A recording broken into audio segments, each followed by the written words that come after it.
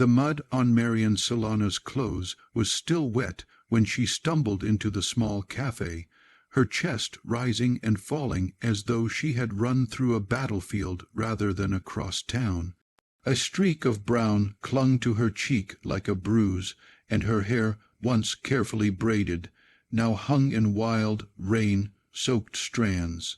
She froze when she saw him, a tall man with tired hazel eyes, a quiet confidence in the way he sat, and a little boy at his side who clutched a toy fire truck as if it were a shield. In that suspended second, the entire room seemed to judge her, but he didn't. Instead, Silas Renver stood up, the surprise in his eyes not disgust, just concern so pure it almost knocked the air from her lungs. If you believe in kindness, compassion, and second chances, please like, comment, share, and subscribe to Soul of Light to help more stories like this reach the hearts that need them. Marian wished she hadn't come. She wished she had canceled the blind date the moment the bus broke down, the moment she had slipped into a ditch while trying to take a shortcut, the moment she realized she looked like someone who had crawled out of the earth. But she had promised her friend she would give this one meeting a try. She needed something, anything, that felt like hope. Her job at the warehouse had cut her hours again, her apartment leak had grown into a moldy nightmare, and she had not had a meaningful conversation with another human being in months. She didn't expect love. She didn't even expect a second meeting. She just needed to feel seen. Silas didn't sit down right away. Instead, he took off his jacket and draped it over her shoulders without hesitation, even though it was warm outside and even though her muddy sleeves stained the soft gray fabric instantly. Marian felt her throat tighten. No one had done something like that for her in longer than she could remember. His little boy, Rowan, peeked up at her from behind his chair with the shy bravery only children possess, and his small voice broke through the hum of the cafe as he asked if she needed a bandage because his dad was really good at fixing stuff. Marian nearly cried. They sat. She apologized too many times, but Silas only leaned forward, elbows on the table, and told her gently that life happens and that the mud didn't scare him. Life had already served him plenty of messes, real ones, emotional ones, the sort that didn't wash off easily. His wife had left 3 years earlier, unprepared for the weight of parenthood.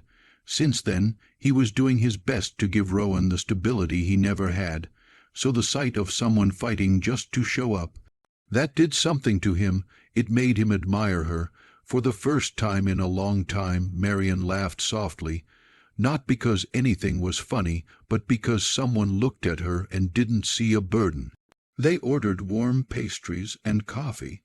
Silas offered Rowan a coloring sheet from the counter, and Marian found herself watching the way father and son mirrored each other, the gentle patience, the quiet resilience, the unspoken bond shaped by two people learning how to make the best of broken pieces. She told them about her morning, about her struggle to stay afloat, and instead of pity, Silas offered her understanding. He had worked low-paying jobs too. He had struggled too. And somehow, sitting at that small table under the soft daylight filtering through the cafe windows, Marian realized that this moment felt more honest than any polished date she had ever been on. But the moment that changed everything came when Rowan accidentally knocked over his cup, sending juice across the table. Marian reacted instantly, grabbing napkins, cleaning without hesitation. Her hands moved with instinct and care, the same way she used to help her younger siblings before life pulled them all in different directions. Rowan's eyes lifted, big and bright, watching her not with embarrassment but with trust. And Silas watched too, his gaze softening in a way that made Marian's heart tremble. He had seen so many dates turn cold the moment life got inconvenient, but she leaned in instead. As they cleaned the mess together, Marian whispered that she was sorry again, embarrassed for the chaos she brought. Silas shook his head gently. He told her the truth. He wasn't looking for perfection.